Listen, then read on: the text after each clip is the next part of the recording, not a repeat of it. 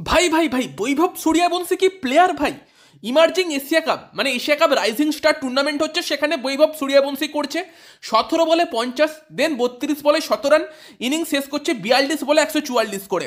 একটা টি-20 ম্যাচে 144 run 342 strike রেটে, এবং ইন্ডিয়া করলো 297 20 ওভারে ইউনাইটেড আরব আমিরশাহির এগেনস্টে। এবং আমি দোষ দেবো রমনদীপ সিংকে, যে লাস্টে ব্যাট করতে এসে 8 বলে 6 রানে নট আউট থাকলো। রমনদীপের থেকে এর থেকে অনেক বেশি এক্সপেক্টেড থাকে, অ্যাটলিস্ট একটা বাউন্ডারি মারলেও ইন্ডিয়া 300 পার করতে পারতো। বাট বৈভব সূর্যবংশী কি ব্যাটিংটাই না করলো, তার পাশাপাশি জিতেশ শর্মা সে করলো 32 বলে 83 রান, যার ইনিংসও 8টা 4 6টা 6 ছিল। বৈভবের ইনিংসে ছিল 11টা 4 15টা 6। এছাড়াও নমনদীপ 23 বলে 34 করে। ইন্ডিয়া প্রথম ম্যাচে 20 ওভারে 297 করেছে, এবং ম্যাচটা অবভিয়াসলি ইন্ডিয়া জিতছে। ইন্ডিয়ার ব্যাটিংয়ের পরই আমি ভিডিও বানানো শুরু করছি।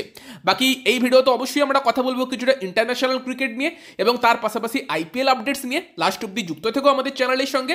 ভালো লাগলে লাইক করে দিও। তোমরা অনেকেই ভিডিও দেখছো, লাইক কম করছো, বেশি করে লাইক করে দিও। আর অবশ্যই চ্যানেলে প্রথমবার এলে চ্যানেলটিকে সাবস্ক্রাইব করে নিও। তো প্রথমে যদি একটু আইপিএল আপডেটস দিয়ে আমরা শুরু করি, সেখানে অবভিয়াসলি কলকাতা নাইট রাইডার্সের তরফ থেকে আজকে অফিসিয়ালি কিন্তু টিম সাউদির নাম অ্যানাউন্স করা হয়েছে। কালকেই তোমাদের জানিয়ে দিয়েছিলাম সেন ওয়াটসনের পর কিন্তু কলকাতা নাইট রাইডার্সের কোচিং সেটআপে টিম সাউদিও আসতে চলেছে, যে কিন্তু হতে চলেছে কলকাতা নাইট রাইডার্সের বোলিং কোচ। আর আজকে সেটা কিন্তু অফিসিয়ালি কনফার্ম হয়ে গেল, এবং টিম সাউদি একটা ভালো অ্যাডিশন হতে পারে। অবভিয়াসলি আমরা আইপিএলে টিম সাউদির থেকে দুরন্ত বোলিং হয়তো দেখিনি, বাট ইন্টারন্যাশনালে টিম সাউদি হচ্ছে সর্বকালের সেকেন্ড হাইয়েস্ট টি-20 উইকেট টেকার। অবভিয়াসলি লেজেন্ড এবং ফাস্ট বোলারদের মধ্যে ইন্টারন্যাশনাল টি-20তে সব থেকে বেশি উইকেট সেই নিয়েছে। প্লাস তার সঙ্গে সঙ্গে নিউজিল্যান্ডের প্লেয়ারদের ভালো করে চেনে, রিসেন্টলি ইংল্যান্ড দলের সঙ্গে যুক্ত ছিল, ফলে ইংলিশ বোলারদের সম্বন্ধেও তার আইডিয়া আছে। তো রিক্রুটমেন্ট প্রসেসে কিন্তু আমরা সেটার একটা এফেক্ট দেখতে পেতে পারি, যেটা অবভিয়াসলি কেকেআরকে হেল্প করতে পারে। এবং তারই সঙ্গে সঙ্গে রিসেন্ট ক্রিকেট থেকে অবসর নিয়েছে, বর্তমান ক্রিকেটটাকে খুব ভালো করে বোঝে। এবং তার পাশাপাশি কিন্তু অবভিয়াসলি কলকাতা নাইট রাইডার্সের সেটআপে আরও একটি ইন্টারন্যাশনাল নাম।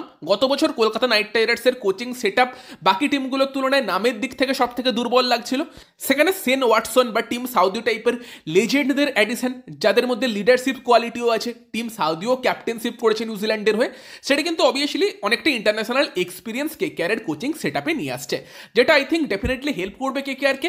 এবং এটা আরেকটা জিনিসও দেখাচ্ছে যে ভেঙ্কি মাইসোর হয়তো এবার একটু পয়সা খরচা করছে, সেন ওয়াটসন বা টিম সাউদিকে আনতে খরচা করতে হয়েছে। মর্গ্যানের উপরও ইন্টারেস্ট রীতিমতো ছিল, তবে যেটুকু শুনছি মর্গ্যান নাকি সেভাবে এখনও কোচিংয়ে আসতে ইন্টারেস্টেড না। সেটাই হয়তো একটা মেন কারণ মর্গ্যানকে কেকেআর আনতে পারেনি, নয়তো ইয়ন মর্গ্যানের উপরও রীতিমতো ইন্টারেস্ট দেখিয়েছিল। কেএল রাহুলের উপরও কেকেআরের রীতিমতো ইন্টারেস্ট আছে, অনেক রিউমার্স এখনও ঘোরাঘুরি করছে। তবে পার্টিকুলারলি যেহেতু দিল্লি ক্যাপিটালসকে দেবার মতো কোনো প্লেয়ার নেই কেকেআরের কাছে, দিল্লির যেগুলো ডিম্যান্ড সেগুলো কেকেআর দেবে না সেই টাইপের প্লেয়ারকে, সেই দিক থেকে সেই ডিলটা হবার চান্স এক প্রকার অনেকটাই কম, নেই বললেই চলে। তো অনেকে এখনও জিজ্ঞেস করছো ট্রেড উইন্ডো রিটেনশনের পরও খোলা থাকবে, বাট তারপরও মনে হচ্ছে সেই ডিলটা হবার কিন্তু চান্স নেই। তো সেখানে এখনও কমেন্ট আসছে, সেই জন্য আরেকবার এই বিষয়টা আলোচনা করে নিলাম। এরই পাশাপাশি কলকাতা নাইট রাইডার্সের জন্য অজিঙ্কে রাহানেও একটা হট টপিক। রাহানে থাকবে না রিলিজ হবে, সেটা কালকে দেখা ভীষণই ইন্টারেস্টিং হতে চলেছে, এটা আগেও জানিয়েছিলাম। তবে ফাইনালি কিন্তু ক্রিকবাজ একটা রিপোর্ট করেছে, অ্যাকর্ডিং টু ক্রিকবাজ রাহানেকে নাকি কেকেআর লাস্ট অব্দি রেখে দিতে পারে। এবার নর্মালি রাহানেকে ছাড়লে 1.5 কোটির মতো একটা অ্যামাউন্টই ফ্রি হবে, যেটা এমন কিছু বিশাল অ্যামাউন্ট না, এবং অ্যাজ এ ওপেনার রাহানে ভালো করতে পারে। তবে সেখানে ফাইনালি কালকের দিকে নজর থাকবে, বাট অ্যাকর্ডিং টু ক্রিকবাজ কিন্তু অজিঙ্কে রাহানে কলকাতা নাইট রাইডার্স দলে লাস্ট অব্দি রিটেন হতে চলেছে বলেই তারা রিপোর্ট করছে। এবং সাথে তারা এটাও রিপোর্ট করছে কেকেআর ভেঙ্কটেশ আয়ার, অ্যান্ড্রিক নরকিয়া এবং কুইন্টন ডিকক এই তিনজনকে ছাড়তে চলেছে, যেগুলো আমরাও আলোচনা করেছিলাম। বাকি আমার তো মনে হয় যে যেটা আগেও বলেছি, যে মঈন আলী তার সঙ্গে রহমানুল্লাহ গুরবাস, তাদেরকেও ওই প্রাইস পয়েন্টে রেখে কোনো লাভ নেই, তাদেরকেও কেকেআর রিলিজ করে দিতে পারে। তাদের থেকে বেটার অপশান অকশানে অ্যাভেলেবেল থাকবে। দেখা যাক, কালকের দিকে তো অবশ্যই আমাদের নজর আছে। সাথে কেকেআর নিয়ে আরও একটা আপডেট, সেটা হচ্ছে যে অটিস গিবসন, যে কিন্তু গত বছর কলকাতা নাইট রাইডার্স দলে অ্যাসিস্ট্যান্ট কোচের পদে জয়েন করেছিল, সম্ভবত ব্রাভোর রেকমেন্ডেশন ছিল। তো সেই অটিস গিবসনের সঙ্গে কিন্তু কলকাতা নাইট রাইডার্স পার্টওয়েস হয়ে গিয়েছে, মানে তার সঙ্গে সম্পর্ক ছিন্ন করেছে। তাকে আমরা কেকেআরের সেটআপে এইবারে দেখতে পাবো না। এরপর যদি আমরা কথা বলি মোহাম্মদ সামিকে নিয়ে, এখন অবধি অফিসিয়াল কনফার্মেশন আসেনি, তবে কালকে তোমাদের যেরকমটা জানিয়েছিলাম যে আজকের দিনটা গুরুত্বপূর্ণ হতে চলেছে মোহাম্মদ সামির ক্ষেত্রে, যেখানে কিন্তু লখনৌ সুপার জায়ান্ট এবং দিল্লি ক্যাপিটালস তারা কিন্তু মোহাম্মদ সামির জন্য ইন্টারেস্টেড ছিল। এবং মোটামুটি যেরকম খবর বেরোচ্ছে মনে হচ্ছে কিন্তু মোহাম্মদ সামি লখনৌ সুপার জায়ান্টে কনফার্ম হয়ে গিয়েছে। অফিসিয়াল মানে অ্যানাউন্সমেন্টের একটু ওয়েটটা আমাদেরকে করতে হবে। দেখতে হবে যে মোহাম্মদ সামি কিভাবে লখনৌতে যাচ্ছে, সেটা অল ক্যাশ ডিল হতে চলেছে নাকি লখনৌ থেকে কোনো প্লেয়ার হায়দ্রাবাদে যাচ্ছে, তো সেই দিকে একটু নজর রাখতে হবে। তো যতক্ষণ না অফিসিয়াল কনফার্মেশন আসছে সেই নিয়ে একদম আমরা 100% কনফার্ম বলতে পারি না, কারণ লাস্ট মোমেন্টে অনেক কিছু চেঞ্জও হতে পারে। তবে মোটামুটি ধরে রাখতে পারো মোহাম্মদ সামিকে আমরা লখনৌ সুপার জায়ান্টের জার্সিতে কিন্তু দেখতে পেতে পারি। এবার অফিসিয়াল অ্যানাউন্সমেন্ট কবে আসে বা কি আপডেট আসে সেটার ওয়েট করছে। ঠিক আছে, এই আপডেটটাও জানিয়ে রাখলাম। এবং আরও একটা ট্রেডের দিকে আমাদের নজর রাখতে হবে, সেটা আজকে সকালেই আলোচনা করেছিলাম ভিডিওতে, যে গ্লেন ম্যাক্সওয়েলকে কিন্তু পাঞ্জাব কিংস রিলিজ করতে পারে এবং গ্লেন ম্যাক্সওয়েলের জন্য কিন্তু ইন্টারেস্ট আছে। গ্লেন ম্যাক্সওয়েলকে পাঞ্জাব হয়তো রিলিজ না করে অন্য কোনো টিমে ট্রেডও করতে পারে এবং সেই টিমটা কি চেন্নাই সুপার কিংস নাকি অন্য কোনো টিম, সেই দিকে আমাদের নজর থাকবে ডেফিনেটলি। কিন্তু এই সময় দাঁড়িয়ে গ্লেন ম্যাক্সওয়েলকে নিয়েও রীতিমতো কথাবার্তা চলছে, তার সঙ্গে কিন্তু কোনো একটা টিমের ট্রেড ডিল হতে পারে। বাকি যেটা তোমাদেরকে জানিয়েছিলাম যে লখনৌ সুপার জায়ান্ট কিন্তু একজন তোমার ফরেন অলরাউন্ডারের উপর ইন্টারেস্টেড। এবার মোহাম্মদ সামিকে তারা নিলে কিন্তু তাদের পার্টস থেকে অবশ্যই 10 কোটির মতো একটা অ্যামাউন্ট বেরোবে, ফলে ক্যামেরুন গ্রিনের রেস থেকে তারা কিছুটা পিছিয়ে যেতে পারে। যদিও তারা কিন্তু আরেকটা ফরেন ব্যাটসম্যানই আনতে চাইছে, মানে তাদের প্ল্যানিং হয়তো পুরোপুরি ইন্ডিয়ান বোলিং খেলানো লাস্ট ইয়ারের মতোই। তবে সেই জায়গাতে ক্যামেরুন গ্রিনের জন্য তারা এবার যাবে কি যাবে না সেই নিয়ে একটা প্রশ্ন থাকলেও তারা কিন্তু মার্কাস স্টয়নিসকে নেবার চেষ্টা রীতিমতো পাঞ্জাব থেকে করেছে, বারবার অফার কিন্তু পাঠিয়েছে, ডিল এখনও পাঞ্জাব করতে রাজি হয়নি। ফিউচারে কি হয় সেই দিকে একটু নজর থাকবে। কালকে রিটেনশন স্টয়নিসের মতো প্লেয়ার রিটেন হচ্ছে কিনা সেই দিকে আমাদের নজর রাখতে হবে। তবে ট্রেড উইন্ডো কিন্তু কালকের পরেও খোলা থাকবে, অকশনের এক সপ্তাহ আগে অবধি খোলা থাকবে। মানে যদি দেখতে পাও যে কালকে ধরো স্টয়নিসকে পাঞ্জাব রিটেন করলো, মানে তার মানে যে আর ট্রেড হবার চান্স নেই সেরকমটা কিন্তু না, অকশনের এক সপ্তাহ আগেও হতে পারে। ইভেন অকশনের পরও বোধহয় একটা পর্যায়ের জন্য ট্রেড উইন্ডো খুলে, তবে অকশনের পর আর কেউ ট্রেড করে না। তবে অকশনের আগে কিন্তু হতে পারে, যেহেতু মিনি অকশন, তো সেখানে অনেক প্লেয়ার কি অনেক ফ্র্যাঞ্চাইজি রেখে দেবে। পরবর্তীকালে অকশনের আগে যদি তাদের কোনো প্লেয়ারকে পছন্দ হয় তখন তারা ভাববে যে ঠিক আছে আমরা এই 7 কোটি টাকা বা 8 কোটি টাকা খালি করতে পারলে আমাদের লাভ হবে, তারা তখন কিন্তু ট্রেডের জন্য দেখতে পারে এবং সেই সময় তারা রিলিজ করে না, ট্রেড করে দেয়। এই একটা ব্যাপার কিন্তু থাকছে, তো সেখানে নজর রাখতে হবে। ট্রেড উইন্ডো কিন্তু এখনো খোলা থাকবে কালকের পরও, সেখানে আজকে যদি কোনো ট্রেড না হয় সেটা যে আর হবে না সেরকমটা না, দেখা যাক সেখানে মার্কাস স্টয়নিস বা গ্লেন ম্যাক্সওয়েলের ক্ষেত্রে কি হয় ব্যাপারটা। বাকি যদি আমরা কথা বলি হচ্ছে তোমার ইন্ডিয়া বনাম সাউথ আফ্রিকা প্রথম টেস্টের প্রথম দিন নিয়ে, সেখানে প্রথম দিনের শেষে অবশ্যই ইন্ডিয়া কিছুটা অ্যাডভান্টেজ পজিশনে, যেখানে সাউথ আফ্রিকা তাদেরকে 159 রানে ইন্ডিয়া অল আউট করে দিয়েছে এবং ইন্ডিয়ার স্কোর 37 রানে 1 উইকেট প্রথম দিনের শেষে।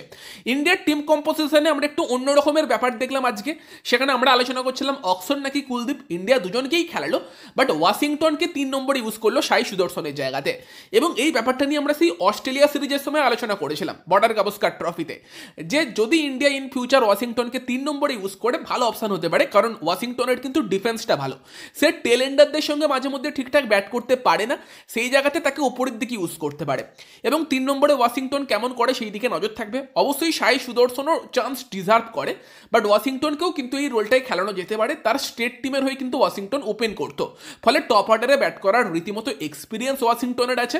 এটা একটা কিন্তু এমন স্ট্র্যাটেজি যেটা ইন্ডিয়া যদি সাকসেসফুল করতে পারে, ইন্ডিয়ার কাছে অবভিয়াসলি কিন্তু একটা এক্সট্রা অলরাউন্ডার খেলানোর অপশন সবসময়ই বেশি থাকবে, সেটা বিদেশেও কিন্তু কাজে দিতে পারে।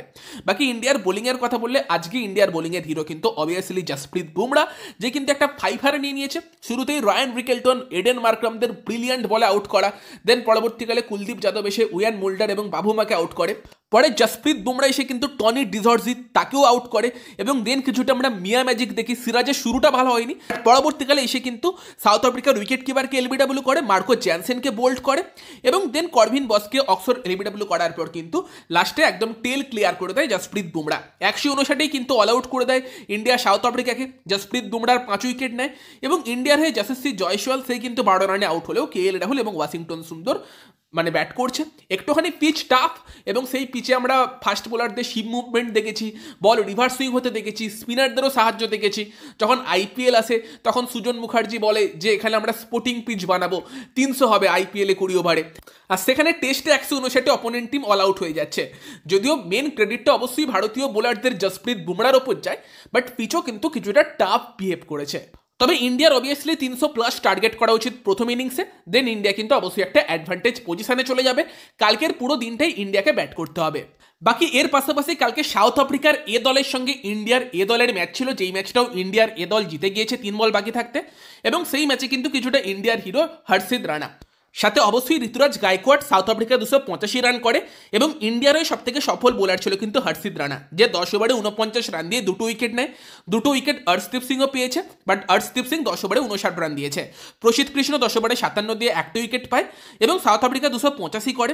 সেই রান চেস করতে নেবে কিন্তু ইন্ডিয়ার হয়ে সব থেকে দারুণ ব্যাটিং করে ঋতুরাজ গায়কোয়াড়, 117 রান করে। সাথে অভিষেক শর্মা করে 31, তিলক ভার্মা করে 39 এবং পরের দিকে নীতিশ কুমার রেড্ডি 37 এবং নিশান্ত সিন্ধুর নট আউট 29 রানে ইন্ডিয়া ম্যাচ জেতে। এবং লাস্টের দিকে কিন্তু হর্ষিত রানার ব্যাট থেকে আমরা একটা 6ও দেখি, সেই 6এই কিন্তু ইন্ডিয়া ম্যাচ ফিনিশ করে। তো সব মিলিয়ে কিন্তু ইন্ডিয়া তারাও কিন্তু সাউথ আফ্রিকা কে হারিয়ে দিয়ে ভালো শুরু করেছে। তো বন্ধুরা, এই আপডেটগুলোই এই ভিডিওতে দেওয়ার ছিল। চ্যানেলের সঙ্গে যুক্ত থাকো, চ্যানেল সাবস্ক্রাইব করে রাখো।